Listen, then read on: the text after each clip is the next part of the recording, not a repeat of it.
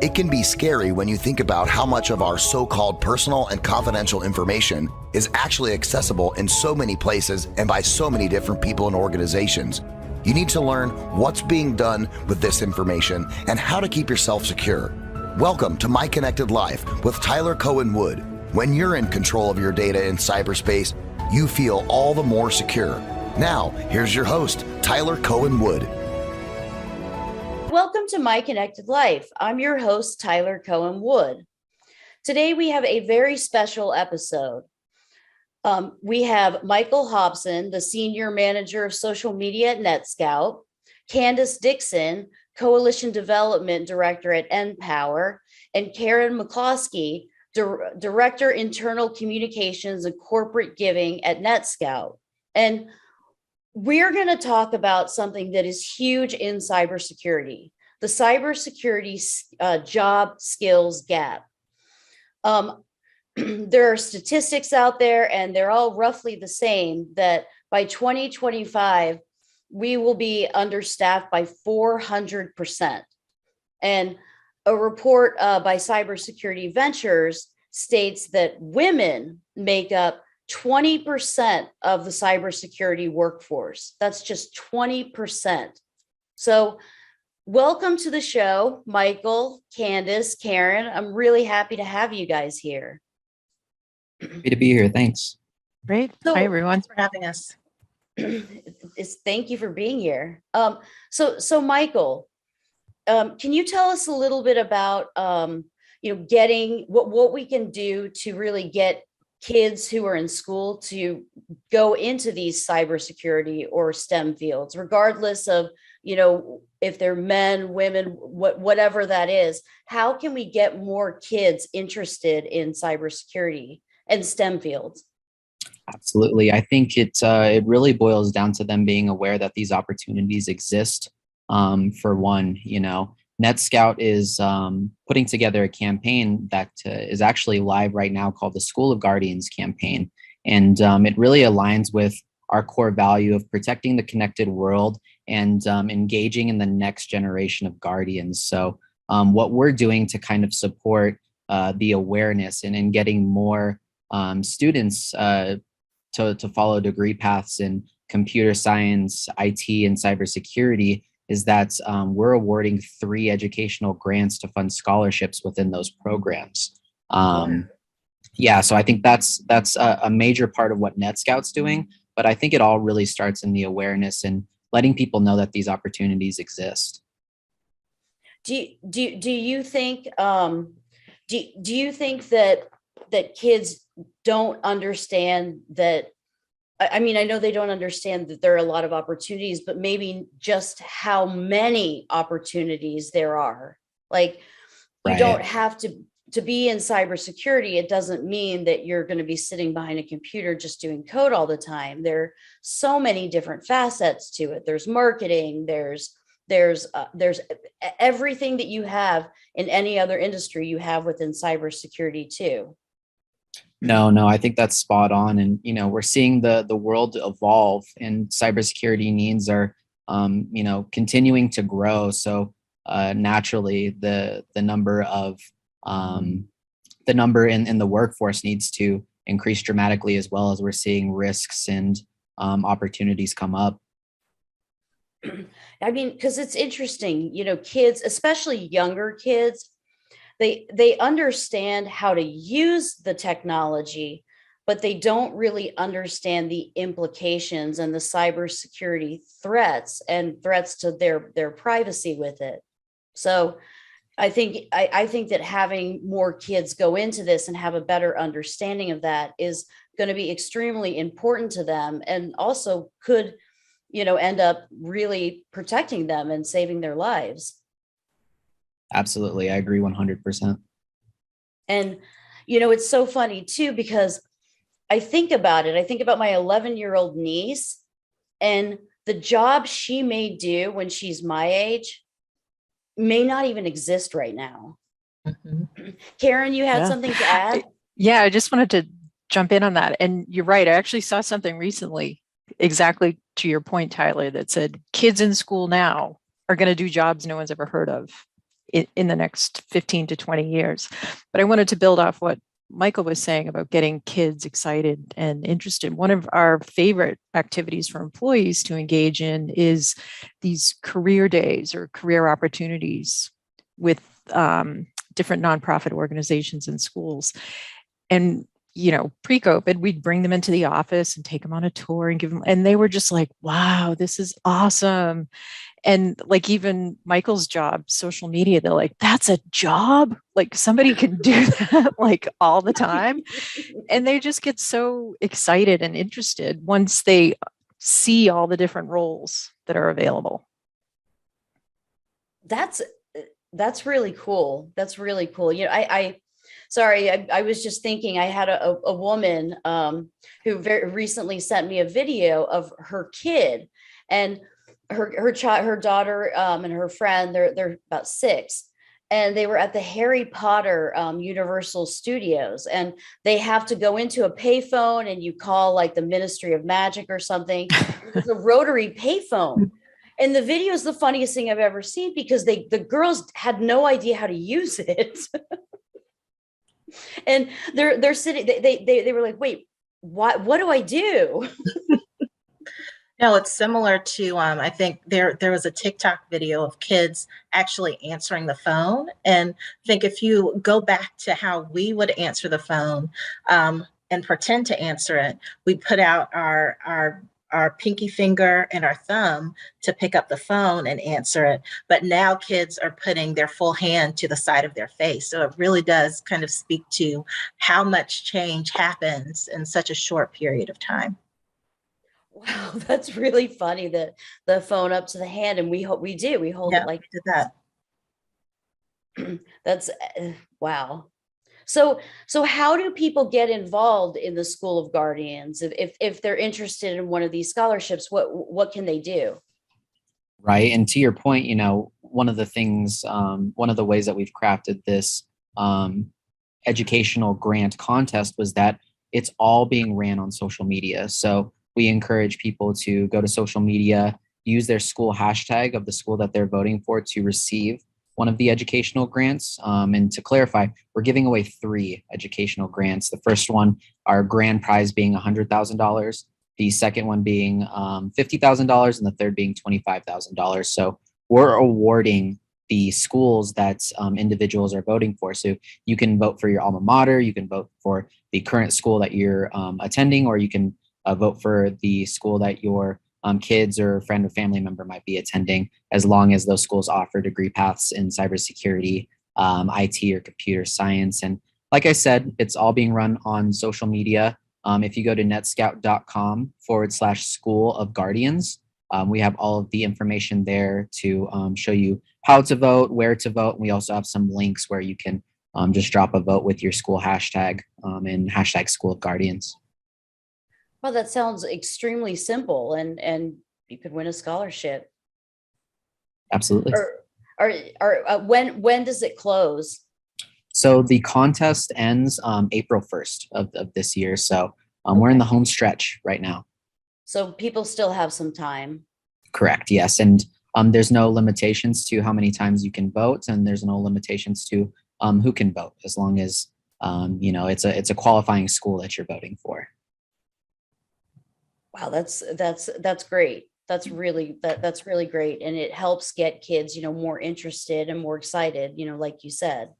And I kind of want to shift the focus a little bit now to not only how do we get more women into cybersecurity, but how do we get more women of color and more diversity into cybersecurity? Because women make up roughly 20% of the cybersecurity workforce.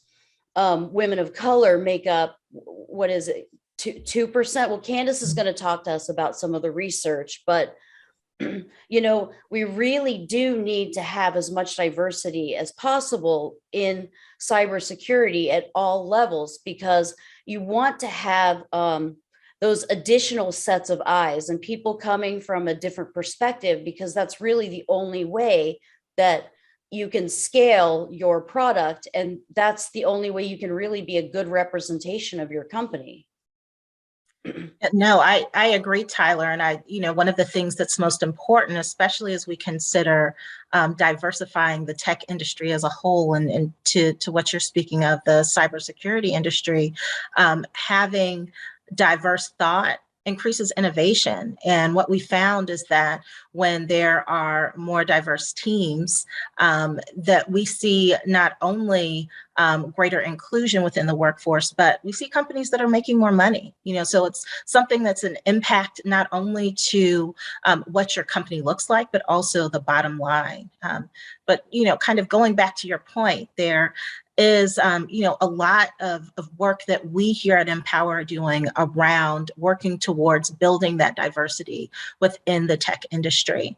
And just as a point, Empower has been working to advance both racial and gender equity within the tech workforce for quite some time. And in fact, our mission is to ensure that we are creating pathways to prosperity for both veterans and young adults within the tech workforce. And the commitment that we've made to that is just astounding. 76% of the people who go through our program are Black or Latinx. And several years ago, Empower doubled down on its commitment to ensuring that more women, and especially women of color, are represented within the tech industry. In particular, they decided that they were going to make sure that our Empower classes had a significant representation of women, with at least 40% women represented across all of our programs. And we called that initiative 40 by 22. And now that we're in 2022, we've reached about 38% women in all of Empower's training programs, and expect to reach that 40% by the end of the year. Yeah, so that is a commitment that we're making as an organization. And so, looking at the success of that program, Empower, of course, thought, well, there's not only underrepresentation within Empower's program. We saw that. We made a commitment to change that, and we're seeing significant strides as it relates to the number of women who are matriculating through our program. But we know that there is just significant underrepresentation across the tech workforce, especially for women of color. And so it's because of that we made the decision to create an initiative called Command Shift. Command Shift is a national coalition of corporate, nonprofit, and community leaders who are committed to accelerating more women of color in technology. And when we think about this work of Command Shift, we are truly committed to shifting the technology industry. And we know that in order to do that, there needs to be a shift in training, a shift in hiring, and a shift in thinking. Also, we can support women, and especially women of color, who we know have the capacity to not only make significant changes for their lives, but make significant changes and impact in the lives of their families and the communities in which they serve. And so when we take a look at the whole of the work that Command Shift is doing, of which Empower is, of which NetScout is a partner, we knew that it would be important to root the changes that we were trying to make within the Command Shift Coalition in data. And so we are really excited because we are planning to launch our new research with MC Burning Glass within the next couple of weeks. And we believe that this research is game changing. The research in particular. Can you give us a little bit of a preview? Absolutely. No, I can't wait to give you a preview. So the research that we're doing with MC Burning Glass is particularly important because what it's telling us is that there is a talent pipeline for opportunities in tech that are hiding in plain sight. And so essentially, what we found is that if we were to take a step back and we were to explore developing our talent pipeline without placing emphasis on the need for a college degree, and really started looking intentionally at skills, that we could expand and create a more diverse talent pipeline, specifically with women of color in technology. That pipeline would expand exponentially. You're 100% right. And I mean, to your point, there is a huge, enormous talent pool of people that are in other industries that are mid-level or even high-level professionals that want to move into cybersecurity. And we need that. That is a huge talent pool that we need to really start utilizing. And it sounds like that's what you're doing. No, it's absolutely what we're doing, Tyler. And what's really interesting is that in our research, we found 500 kind of equity building job transitions, transitions from what we're calling the tech eligible service sector. So if we look at the service sector and we're solely kind of considering these job transitions through skills, we know that there are at least 500 jobs that could easily transition into tech roles. And one of the examples that I like giving is the example of a call center manager. Now, when we take a look at a call center manager, we know that they are particularly good at project management. We also know that they are managing scheduling software. They're also managing data through a CRM. And they are people who have become really good at process improvement, as well as sales and also supervisory skills. And when we think about skills, and those skills in particular, those are skills that can easily transition into a technology role. And, we've seen, especially for a call center supervisor in particular, that individual with just a little bit of gap training, with just a little bit of bridge skills, as well as last mile training, could transition into the role of a technical support supervisor, which could see their salary increase by as much as $21,000. So there is significant opportunity there, and the pipeline to get more women of color in tech is there. We just need to be more intentional about the different pathways that we're exploring in order to recruit them. And really open up those pathways and make it much more seamless, because to your point, when you bring someone in that has not a diverse background, but also is coming from a different kind of vertical, they're bringing that expertise, like you said, those skills translate.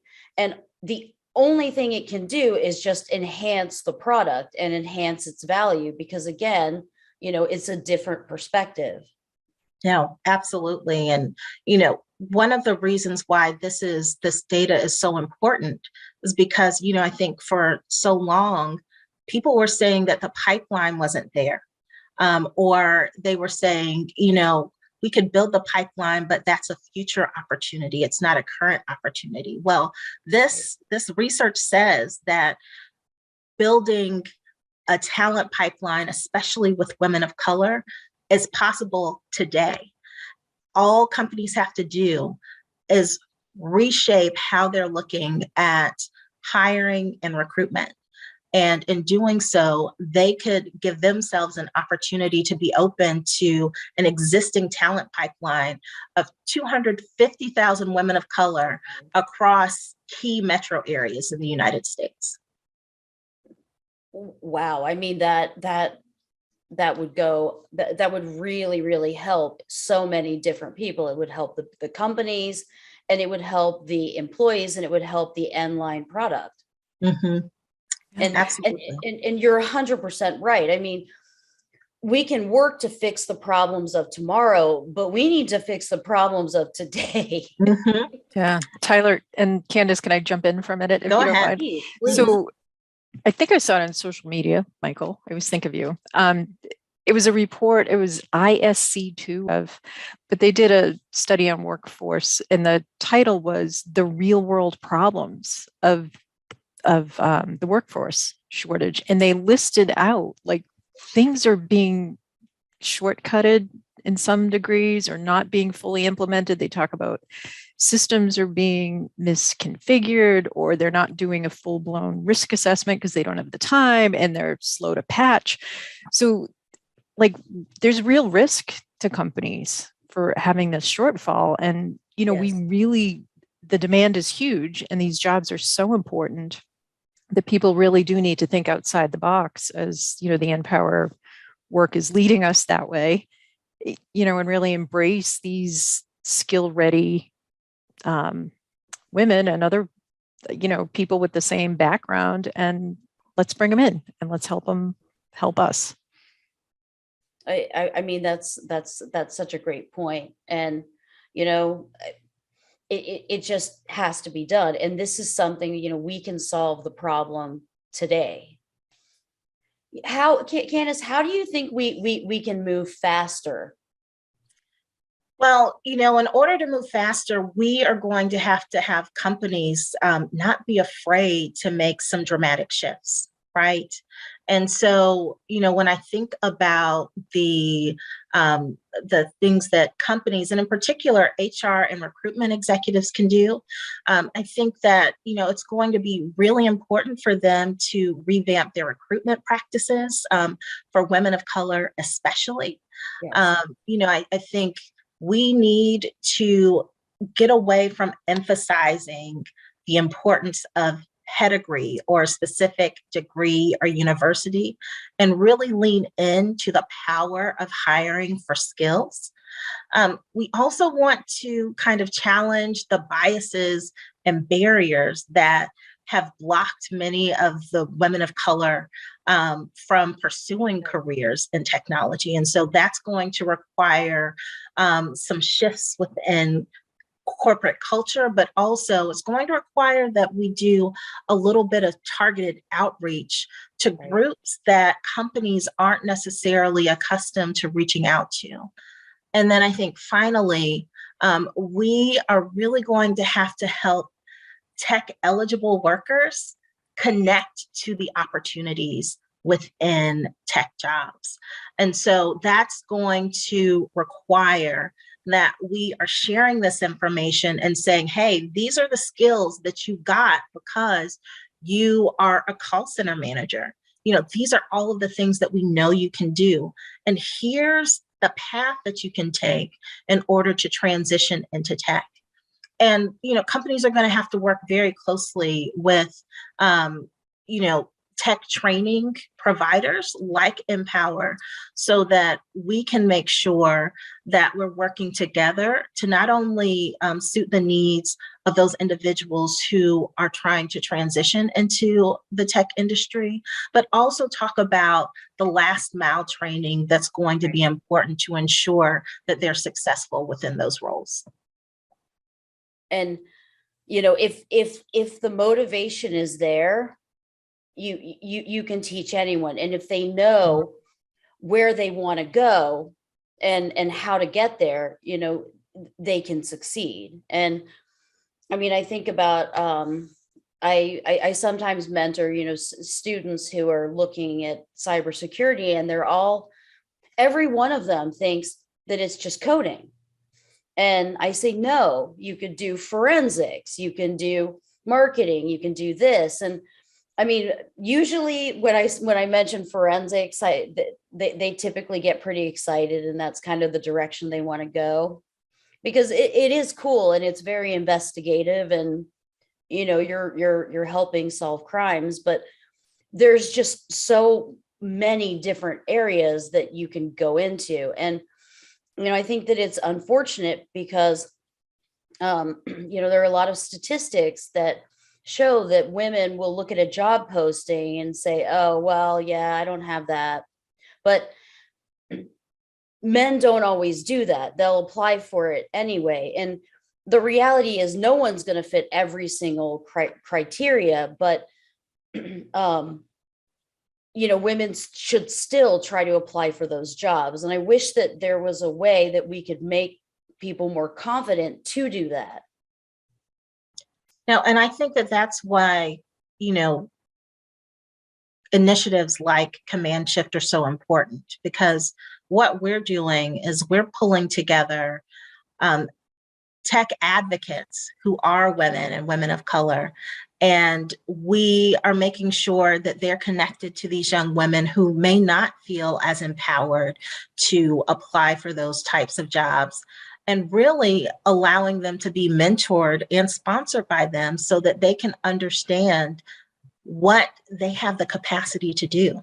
I think that many of us may have been in that similar position that you described, Tyler, where we were unsure of whether or not we should apply for a job that, quite possibly could have been our dream job, because we didn't fit all of the criteria. And, oftentimes it was a mentor or, a friend who really encouraged us to take that leap and apply for the opportunity. And I think, one of the things that's going to be really important, especially as we are continuing to work to pipeline more women of color into the tech industry through the work that we're doing with Command Shift, is to truly make sure that there are mentors available to help young women entering the tech industry, to help women who are already in tech navigate the process and understand the opportunities that they should go after.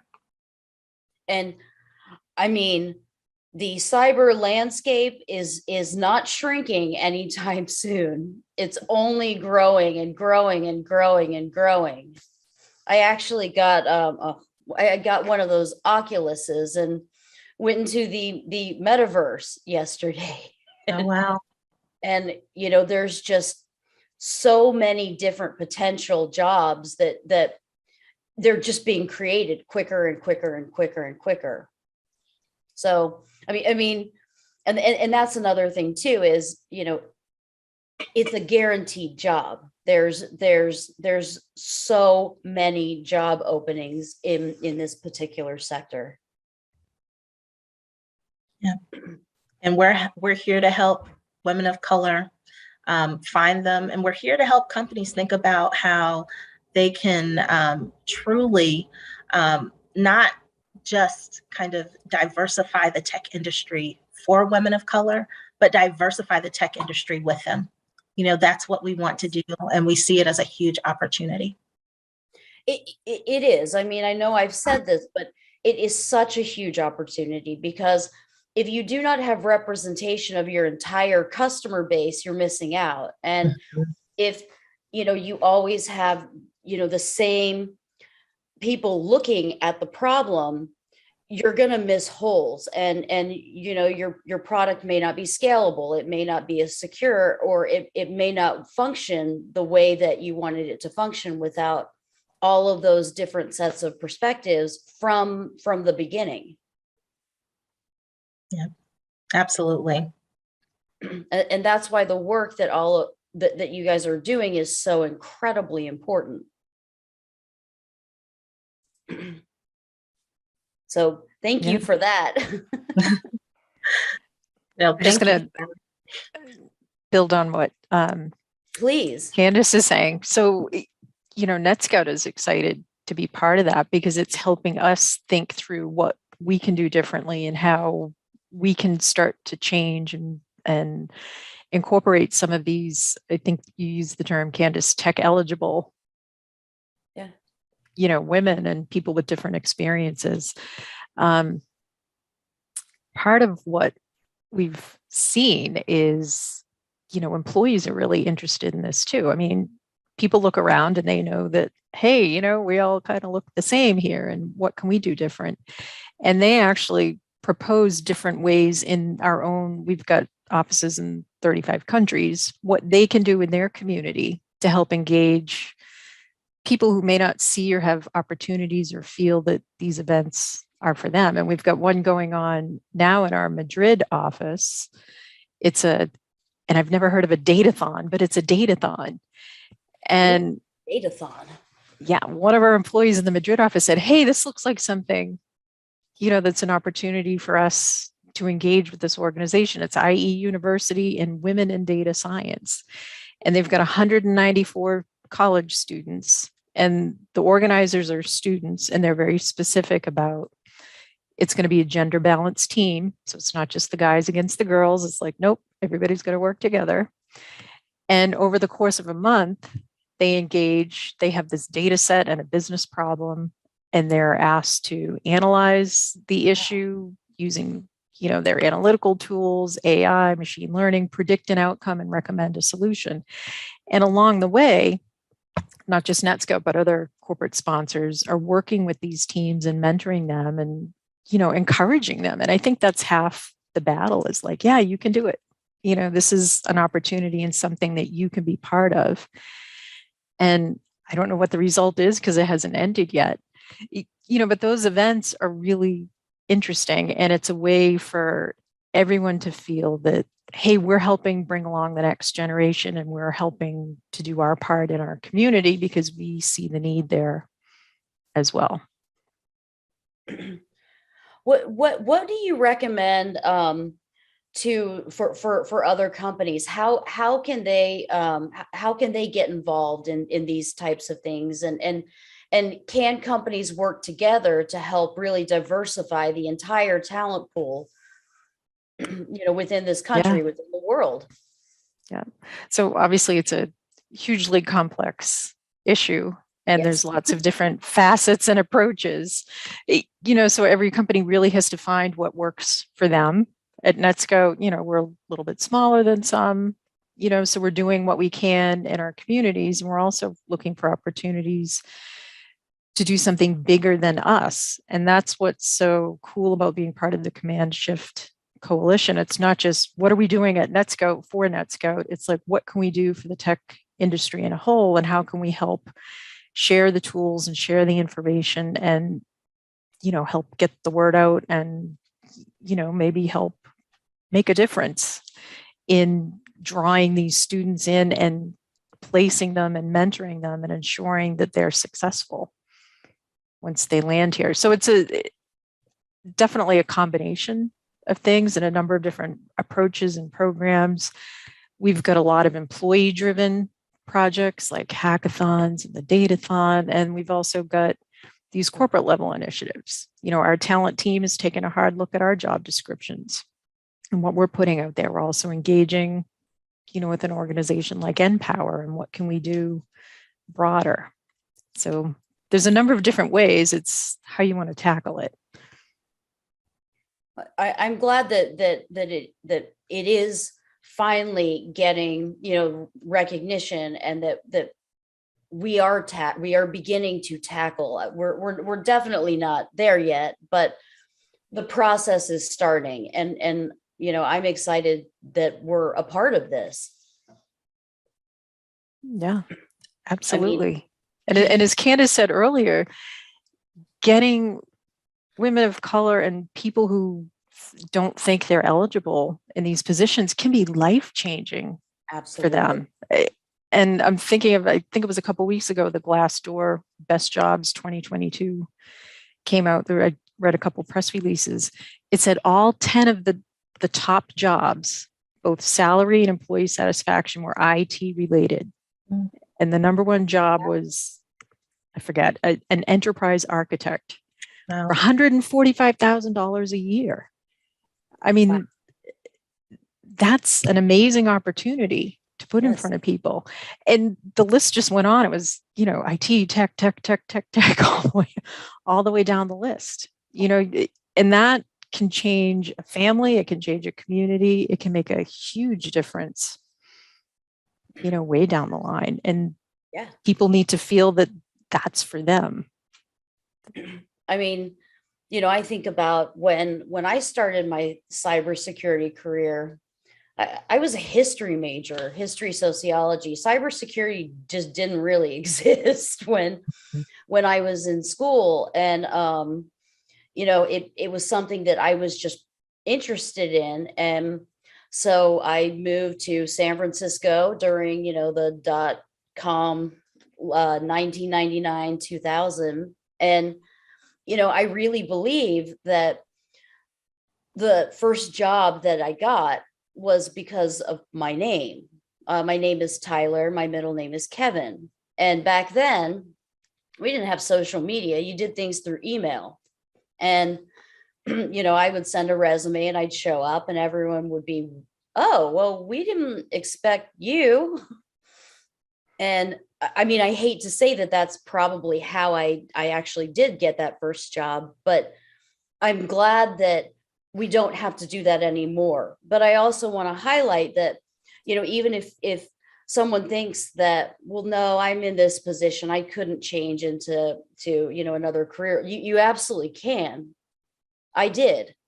And even within this career, I've changed what I do so many different times. So there's a lot of flexibility too. Yep, without a doubt. Without a doubt. And that's part of it, is seeing the opportunity and having it be accessible. So if there was just one piece of advice that each of you could give, to people out there who are looking to change their career, maybe kids in school that don't really know, what they want to do, what would be one piece of advice that you would give them? We'll start with Michael. I would say take a leap, trust your gut. I have a similar, situation where I had to take a leap and trust my gut in a career choice, and I did. And I've taken several of those, and it's landed me to where I am now, which is, at NetScout, working on projects like this. Very passionate, and I'm thrilled to be having discussions like this and working on projects and working with organizations like Empower. So yeah, trust your gut and take a leap of faith. Thank you for that. Karen, what would your piece of advice be? I kind of like what Michael said. I do too. take a leap. But the other part of it is make some connections, like get out there and see what's going on and read about it, or somehow find what's out there, and then that might spark something. You never know what piece of information is going to be like, oh, cool. Like when you said forensics, in cybersecurity, oh, that's awesome. And maybe that gets you going. So I would say read what you can and talk to people and sit in on events and just kind of soak it up.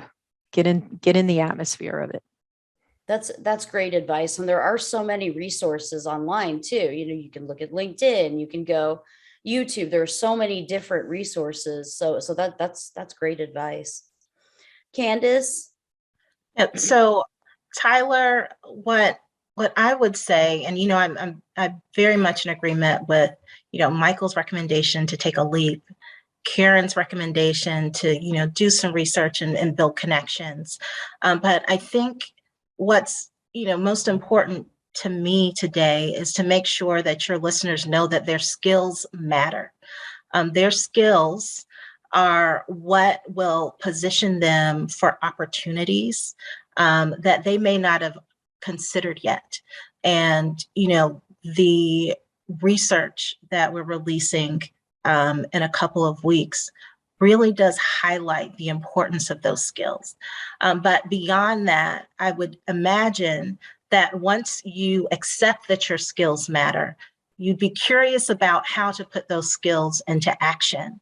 And so for those individuals who are interested in taking a leap into the tech industry and not quite sure of where to start, I'd say, you can start at empower.org and learn more about our training programs, because the reason why we're here is to make sure that we're providing access to opportunities within technology for those people who might be doubtful about their skills, for those individuals who might not have relationships or might not be so close to the tech industry. We're here to bridge the gap and provide support so that we can build pathways to prosperity for everyone, in particular, young adults and veterans who are interested in careers in technology. Thank you so much for that, and thank you also for saying where people can go, because that was my next question. But Michael, before we go, I do want to ask, can you just let us know again how people can vote for the School of Guardians program?